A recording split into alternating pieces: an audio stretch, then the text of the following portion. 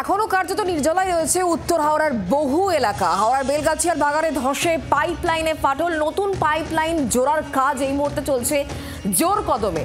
এই মুহূর্তে কোন পর্যায়ে রয়েছে কাজ আমরা জানবো, কথা বলবো। আমাদের সঙ্গে রয়েছেন আমাদের প্রতিনিধি দেবব্রত। কি চলছে এই মুহূর্তে দেবব্রত?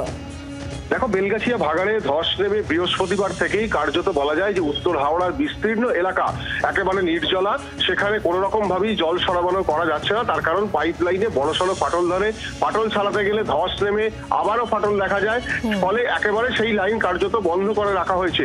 এখন একমাত্র সমস্যা সমাধানের উপায় বেলগাছিয়া মোড়ে যে কেএমডিএ যে আগে থেকে যে লাইন পেতেছিল সেই লাইন সংযোগ করা, এবং সেই কাজ চলছে যুদ্ধকালীন তৎপরতায়। তবে বৃষ্টির জন্য সেই কাজও কিছুটা ব্যাহত হচ্ছে। কিছুক্ষণ আগেই এখানে পুরসভার প্রশাসক মন্ডলীর চেয়ারম্যান তিনি এসেছিলেন, এখানে আসেন মন্ত্রী অরূপ রায়। তারা সমস্ত কাজ তারা পরিদর্শন করেন, তারা খতিয়ে দেখছেন, এবং তারা যেটা জানাচ্ছেন যে আগামীকাল কিংবা পরশুর মধ্যে এই কাজ অর্থাৎ সম্পূর্ণ হবে, অর্থাৎ কমপক্ষে দুদিন এখনো পর্যন্ত উত্তর হাওড়ার মানুষকে তাদের সমস্যার মধ্যে থাকতে হবে। তবে তারপরেও যে জল সরবরাহ স্বাভাবিক হবে কিনা সেটাও কিন্তু এখনো পর্যন্ত নিশ্চিতভাবে বলা যাচ্ছে না।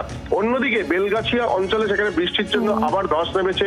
সেখানে যে সমস্ত আশপাশের পরিবারের লোকজন আছেন তাদের অনেককেই অন্যত্র সরিয়ে নিয়ে যাওয়া হয়েছে, কিন্তু এখনো বহু মানুষ সেখানে রয়েছেন, তারা আতঙ্কের মধ্যে রয়েছেন। তারা প্রশাসনের ভূমিকা নিয়ে তারা ক্ষোভ প্রকাশ করছেন। চরম আশঙ্কা এবং উৎকণ্ঠায় দিন কাটাচ্ছেন এই মুহূর্তে মানুষজন। অনেক ধন্যবাদ আমাদের সঙ্গে থাকার জন্য দেবব্রত।